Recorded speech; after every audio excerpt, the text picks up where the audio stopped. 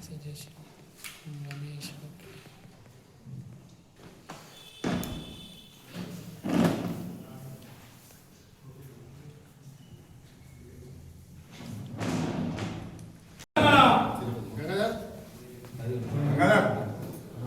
గంగాధర్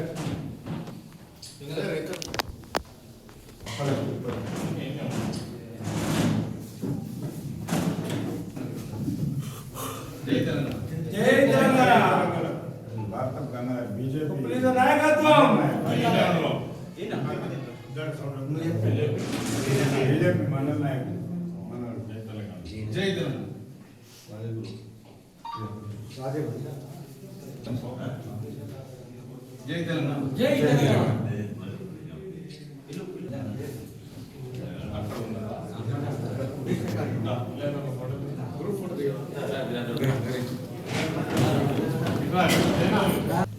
తెలంగాణ జై తెలంగాణ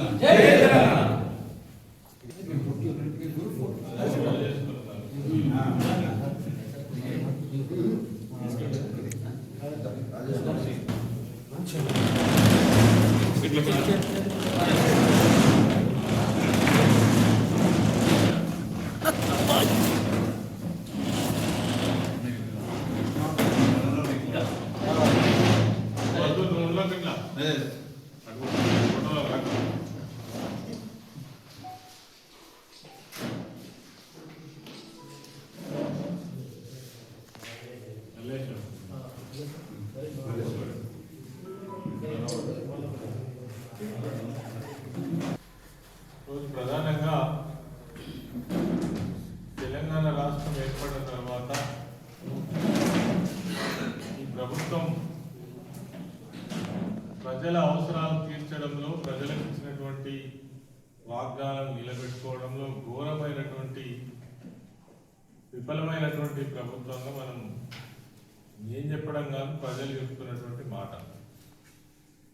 దానికి తోడు ఇచ్చిన వాగ్దానాలు నిలబెట్టుకోవా, అదేవిధంగా తెలంగాణ రాష్ట్రంలో ఉన్నటువంటి వివిధ సమస్యలను పరిష్కరించేటువంటి ఆలోచన చేయకపోగా తమ సొంత లాభం కోసం ముఖ్యమంత్రి కావచ్చు, మంత్రులు కావచ్చు, ప్రాంతాల వారీగా ఈ రాష్ట్రాన్ని ఏ విధంగా దోచుకోవాలనేటువంటి ఆలోచనే ప్రధానంగా కనబడుతున్నట్టుగా మనకు తెలుస్తూ ఉన్నది. ఈ మధ్య కాలంలో తప్పుడు నిర్ణయాలు, తప్పుడు విధానాలు, ప్రజా వ్యతిరేక విధానాలు, ప్రజలకు నష్టం కలిగించేటువంటి అనేక స్కామ్స్ను కూడా బయటపెట్టడం జరుగుతూ ఉంది.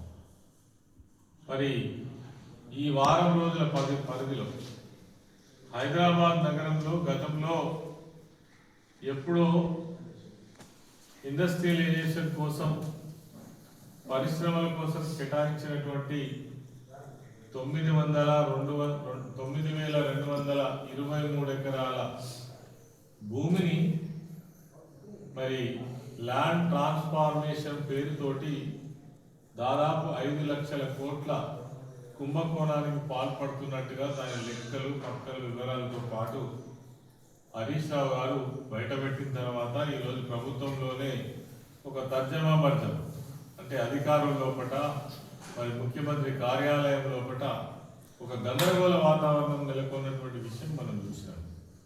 మరి దాని నుంచి ఇంకా తేరుకోక ముందే దేశంలో మరొక అతిపెద్ద స్కామ్ కు వీళ్ళు తెరలేపేటువంటి ప్రయత్నం చేస్తా ఉన్నారు.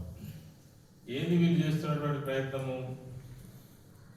రామగుండంలో, పాల్వంచలో, అదేవిధంగా మక్తల్లో 800, అంటే ఒక్కొక్క దగ్గర 800 మెగావాట్ల విద్యుత్ ప్రాజెక్టులను నెలకొల్పడానికి ఒక ప్రయత్నం చేస్తున్నట్టుగా హడావుడిగా, మరి గతంలోనే దీన్ని ప్రణాళిక చేసినప్పటికీ కూడా ఈ మధ్య క్యాబినెట్లో నిర్ణయం తీసుకోవడం జరిగింది.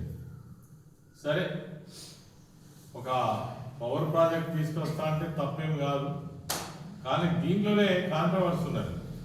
ఆనాడు ముఖ్యమంత్రిగా బాధ్యతలు తీసుకున్న తర్వాత ఇదే ముఖ్యమంత్రి థర్మల్ పవర్ ఏదైతే ఉందో మేము ప్రోత్సహించము, రానున్నటువంటి కాలంలో ఖచ్చితంగా సోలార్ పవర్ కానీ ఇతర పవర్ సెక్టార్ల మీద ఆధారపడి మేము దాన్ని మరి బాగా వృద్ధిలోకి తీసుకొస్తామని చెప్పినటువంటి ముఖ్యమంత్రి మాట మార్చి ఇలా మళ్ళీ థర్మల్ పవర్కి సంబంధించినటువంటి 3 ప్రాజెక్టులను నెలకొల్పుతామని చెప్పడం జరిగింది.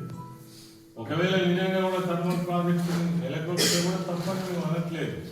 కానీ ఇక్కడ హరీష్ రావు గారు ప్రత్యేకంగా ప్రశ్నించినటువంటి విషయం ఒకటి, గతంలో కూడా మేము అధికారంలోకి వచ్చిన తర్వాత తెలంగాణ ప్రాంతంలో కరెంటు లేనటువంటి సమయంలో పెద్ద మొత్తంలో కరెంటు ప్రాజెక్టు తీసుకురావాలనే ఉద్దేశంతో ఆనాడు కేసీఆర్ గారు ముఖ్యమంత్రిగా ఉన్న సమయంలో 7,700 మెగావాట్ల పవర్ను దిగిపోయే నాటికి పెట్టినటువంటి ప్రాజెక్టులన్నీ కూడా పూర్తయినట్టయితే దాదాపు 23,000 మెగావాట్ల పవర్ మన చేతికి అంది. ఎక్కడ కూడా పరిశ్రమలకు కానీ ఇళ్లకు కానీ వ్యవసాయానికి కానీ దేనికి కూడా లోటు లేకుండా ఈ తెలంగాణ రాష్ట్రం మిగులు పవర్గా ఉండేటువంటి ఒక రాష్ట్రంగా ఉంటుందనే ఉద్దేశంతో ఆనాడు కేసీఆర్ గారు ముందు చూపుతో చేయడం జరిగింది.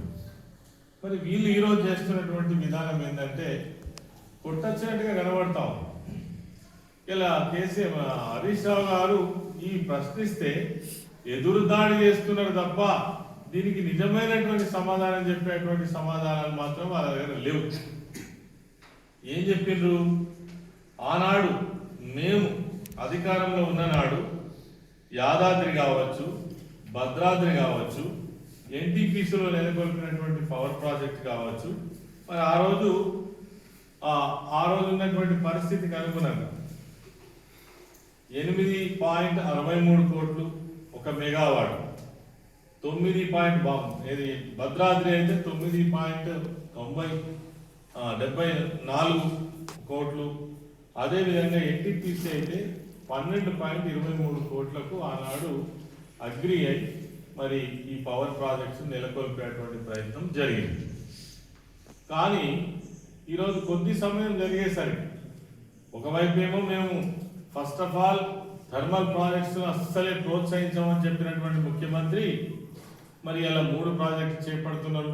3 ప్రాజెక్టులు చేపట్టడానికి బీఆర్ఎస్ పార్టీ ఎన్నడూ కూడా వ్యతిరేకం కాదు. కానీ ప్రశ్న అంతా ఒకటే, ఇలా మీరు మరి ప్రాథమిక సమాచారం ప్రకారమే 1 మెగావాట్కు 14,000 కోట్లతోటి మీరు ప్రతిపాదన చేసిండ్రు.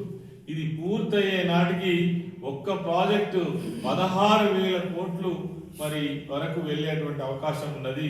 దీని ద్వారా 30 నుంచి 40% కమిషన్ల కోసమే ఈ ప్రాజెక్టులు కడుతున్నారు అనేటువంటిది ఈ ఎస్టిమేషన్స్ ద్వారా తెలుస్తా ఉన్నది. దీనికి సరైనటువంటి సమాధానం చెప్పాలి. ఇది కేవలం కాంగ్రెస్ ప్రభుత్వంలో ఉన్నటువంటి కొంతమంది పెద్దల కోసం వేల కోట్ల రూపాయలు దండుకోవడం కోసం కడుతున్నటువంటి ప్రాజెక్టు తప్ప ఇది ప్రజా ఉపయోగం కోసం కడుతున్నటువంటి ప్రాజెక్టు కాదని చెప్పేసి హరీష్ రావు గారు ప్రశ్నించడం చెప్పాలి. లేకపోతే అసెంబ్లీలో చర్చ పెట్టి మీరు ఏ విధంగా చేస్తుందో చెప్పాలి తప్ప హరీష్ రావు గారి పైన ఎదురుదాడి చేయడం, అదేవిధంగా కొన్ని ప్రాంతాలలో దిష్టి బొమ్మలు తగలబెట్టడం, ఏదో మేము పవర్ ప్రాజెక్టుకు వ్యతిరేకమైనటువంటి ప్రచారం ప్రజల్లో చేయడం, ఇది తీవ్రంగా ఖండిస్తా ఉన్నాం. వాస్తవంగా ఏం జరుగుతుంది? గతంలో తెలంగాణ రాష్ట్రం ఏర్పడిన నాడు ఒక అగ్రిమెంట్ ఉన్నది. ఏంటి అంటే 4,000 మెగావాట్ల ప్రాజెక్టు పవర్ ప్రాజెక్టు మరి మనకు అందించాలని. దాని ప్రకారమే రామగుండంలో ఉన్నటువంటి ఎన్టీపీసీ ప్రాంతంలో 4,000 మెగావాట్ల ప్రాజెక్టు నిర్మాణం జరిగింది. తెలంగాణ రాష్ట్రంలో కేసీఆర్ గారి నాయకత్వంలో ఆనాడే 1,600 మెగావాట్ల పవర్ ఏదైతే ఉందో అందుబాటులోకి వచ్చింది. దాన్ని అగ్రిమెంట్ చేసుకొని మనము మరి అతి తక్కువ ధరకు ఈరోజు ఆ కరెంటును కొనుగోలు చేయడం కూడా జరిగింది. కానీ ఈరోజు ఏం జరుగుతుంది? ఒకవైపు ఏమో ఎన్టీపీసీకి సంబంధించినటువంటి అగ్ర నాయకత్వం అంటే వాళ్ళ చైర్మన్ కానీ వాళ్ళకు సంబంధించినటువంటి అధికారులు ముఖ్యమంత్రిని కలిసి మా దగ్గర 2,200 మెగావాట్ల పవర్ ఉత్పత్తి జరగడం కోసం పూర్తి స్థాయిలో ఏర్పాట్లన్నీ జరిగినాయి. మేము ఇచ్చేటువంటిది కూడా మీకు చాలా తక్కువ రేటుతో ఇది ఈ రాష్ట్ర ప్రభుత్వానికి మేము అందిస్తున్నాము. కాబట్టి దానిపైన మీరు అగ్రిమెంట్ చేసుకున్నట్టయితే మరి పెట్టిన పొయ్యి అన్నట్టుగా ఈరోజు రాష్ట్రంలో ఆనాడు ఉన్నటువంటి అగ్రిమెంట్ ప్రకారం ఎన్టీపీసీలో పవర్ ప్రాజెక్టు రెడీగా ఉన్నది. మరి దానితోటి అగ్రిమెంట్ చేసుకోకుండా దాన్ని తిరస్కరించి అది మాకు అవసరం లేదని చెప్పి, అదేమో తెలంగాణ రాష్ట్రం ఏర్పడ్డ నాడే మనకు ఒక అగ్రిమెంట్ ఉంది 4000 మెగావాట్ల ప్రాజెక్టు ఇవ్వాలని. అది పూర్తయింది, దాన్ని అగ్రిమెంట్ చేసుకొని ఆ పవర్ కొనుగోలు చేసి ప్రజలకు అందించమని ఒకరికి చెప్తుంటే దాన్నేమో తిరస్కరించి ఇలా మీరు ఈ 3 ప్రాజెక్టులనేమో విపరీతమైనటువంటి రేటు, దాదాపు ఒక 50,000 కోట్ల రూపాయల స్కామ్ను ఇలా చేసేటువంటి ప్రయత్నం చేస్తున్నారు. దీన్ని బీఆర్ఎస్ పార్టీ తీవ్రంగా వ్యతిరేకిస్తున్నది. పవర్ ప్రాజెక్టు పెట్టడం వ్యతిరేకించడం లేదు, మీరు పెట్టినటువంటి ఏదైతే మరి ఆ డిపిఆర్లు ఉన్నాయో, ఆ ఎస్టిమేషన్స్ ఉన్నాయో, ఇవి మరి గతంలో నిర్మాణం చేసినటువంటి ప్రాజెక్ట్స్ కంటే కూడా చాలా హై రేట్స్ వేసి పెట్టడం జరిగింది. దీని ద్వారా మరి తెలంగాణ రాష్ట్రానికి అనేకమైనటువంటి భారం పడుతుంది, ఇది ప్రజల మీద భారం పడుతుంది. కాబట్టి దీన్ని పునర్పరిశీలించాలంటే కూడా దాన్ని పట్టించుకోకుండా బలవంతంగా మేమేదో గొప్పగా పనిచేస్తున్నామని చెప్పేసి మరి ప్రజలను మభ్యపెట్టేటువంటి ప్రయత్నం చేస్తున్నారు. అదేవిధంగా ప్రాంతంలో ఉన్నటువంటి ప్రజల ద్వారా ప్రశ్నించినటువంటి హరీష్ రావు గారి మీద దాడి చేసేటువంటి ప్రయత్నం చేస్తున్నారు. ఈ సందర్భంగా నేను చెప్పేది ఒక్కటే, ఖచ్చితంగా ఎన్టీపీసీలో ఉన్నటువంటి 2400 మెగావాట్ల పవర్ను ఖచ్చితంగా ఈ రాష్ట్ర ప్రభుత్వం తీసుకోవాలి. అది అతి తక్కువ ధరతోటి మనకు యూనిట్ కాస్ట్కి వస్తున్నది. మరి మీరు ఇచ్చేటువంటి యూనిట్ కాస్ట్ ఏదైతే ఉందో చాలా ఎక్కువ రేట్ తోటి ఇలా ఉత్పత్తి చేయబోయేటువంటి దానికేమో కొనుగోలుకు పోతున్నారు, తక్కువ ధర ఇచ్చేటువంటి దాన్నేమో రిజెక్ట్ చేస్తున్నారు. దీంట్లో ఉన్నటువంటి ఆంతర్యం ఏంది, దీంట్లో ఉన్నటువంటి మతలబ్ ఏంది? ఖచ్చితంగా ఇది స్కామ్ కాకపోతే దీన్ని ఏమంటారు? ఇది ఎవరి కోసం చేస్తున్నారు?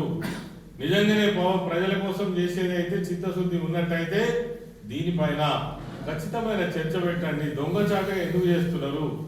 క్యాబినెట్ లో కూడా చివరి అంశంగా పెట్టి ఏదో మాట్లాడినట్టుగా మరి దాన్ని ముగించుకొని పోయినటువంటి పరిస్థితి కూడా ఇలా రాష్ట్రంలో వినబడతా ఉంది. రాష్ట్రంలో ఉన్నటువంటి ఉన్నతాధికారులకే గందరగోళంగా ఉంది, మంత్రులకు కూడా గందరగోళంగా ఉంది. కాబట్టి ఈ విషయం పైన బీఆర్ఎస్ పార్టీ నాయకులు హరీష్ రావు గారు ప్రశ్నిస్తే దాడి చేయడం అనేటువంటిది చాలా తీవ్రంగా మేము పరిగణిస్తా ఉన్నాం, దీన్ని తీవ్రంగా ఖండిస్తా ఉన్నాం. మీకు చిత్తశుద్ధి ఉంటే దీనిపైన నిజమైనటువంటి వాస్తవాలను అసెంబ్లీ ద్వారా కానీ లేదంటే ప్రజాక్షేత్రంలో కానీ చర్చ పెట్టాలని డిమాండ్ చేస్తున్నాం. మేము పవర్ ప్రాజెక్ట్స్కి ఎట్టి పరిస్థితుల్లో వ్యతిరేకం కాదు. మీరే గతంలో ప్రకటన చేసిండ్రు, రానున్నటువంటి కాలంలో మేము ఈ థర్మల్ పవర్ను మేము ప్రోత్సహించమని చెప్పింది మీరే. ఇలా మళ్ళీ ఎందుకు చేపట్టిందో ఎవరికి అర్థం కానటువంటిది. కాబట్టి దీనిపైన సమగ్రమైన చర్చ ప్రజల్లో కూడా జరగాలి. ఎందుకంటే మీరు చేసేటువంటి వేలాది కోట్ల స్కామ్ ఏదైతే ఉందో భావి తరాల తెలంగాణ బిడ్డల పైన, తెలంగాణ ప్రజల పైన, తెలంగాణ ప్రాంతం పైన పడేటువంటి అవకాశం ఉంటుంది. ఒక కోల్పోలి దెబ్బ తగులుతుంది. ఒకవైపు ఏమో వేలాది ఎకరాల భూముల కుంభకోణం, ఒకవైపు ఏమో పవర్ కుంభకోణం. మరి ఇవన్నీ కూడా రాష్ట్రాన్ని ఇప్పటికే మరి ఈ 2 సంవత్సరాల్లో అధోగతి పాలు చేసినటువంటి ప్రయత్నం జరుగుతూ ఉంది. దీన్ని తెలంగాణ ప్రజానికం కూడా అర్థం చేసుకోవాలని మరి మరొకసారి మనవి చేస్తూ తీవ్రంగా ఖండిస్తా ఉన్నాం. హరీష్ రావు గారి యొక్క దిష్టి బొమ్మను ఖండించడం ఇది ముమ్మాటికి ఇది ఎదురుదాడి తప్ప చిత్తశుద్ధితో నిజాలు నిరూపించుకునే విషయం కాదని కూడా ఈ సందర్భంగా తెలియజేస్తాం.